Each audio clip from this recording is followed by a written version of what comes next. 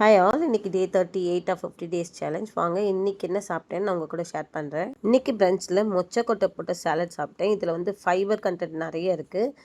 Iron and vitamins நிறைஞ்ச சிவப்பு தண்டுக்கீரை பொரியல் எடுத்துக்கிட்டேன். கார்போஹைட்ரேட்ஸ்க்காக ஒரு சின்ன பீஸ் சக்கரவள்ளி கிழங்கு.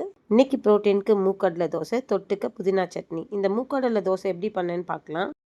மூக்கடலை தோசைக்கு 1 கப் மூக்கடலை, அதில் 1/4 கப் கருப்பு உளுந்து, ஒரு சின்ன ஸ்பூன் அளவுக்கு வெந்தயம், அப்புறம் 1/4 கப் சிறுபயிறு. ஆக்சுவலாக இதை நான் வீடியோ எடுக்க மறந்துட்டேன், ஆனால் 1/4 கப் தான் ஆட் பண்ணியிருக்கேன். இதையெல்லாம் நல்லா கழுவி 6 மணி நேரம் ஊற வைக்கணும். 6 மணி நேரம் ஊறினதுக்கப்புறம் நான் அதை மிக்சிலே அரைச்சிட்டேன். ஏன்னா நான் கொஞ்சம் குவான்டிட்டி தான் போட்டிருந்தேன். நீங்கள் கிரைண்டரில் கூட ஆட்டிக்கலாம்.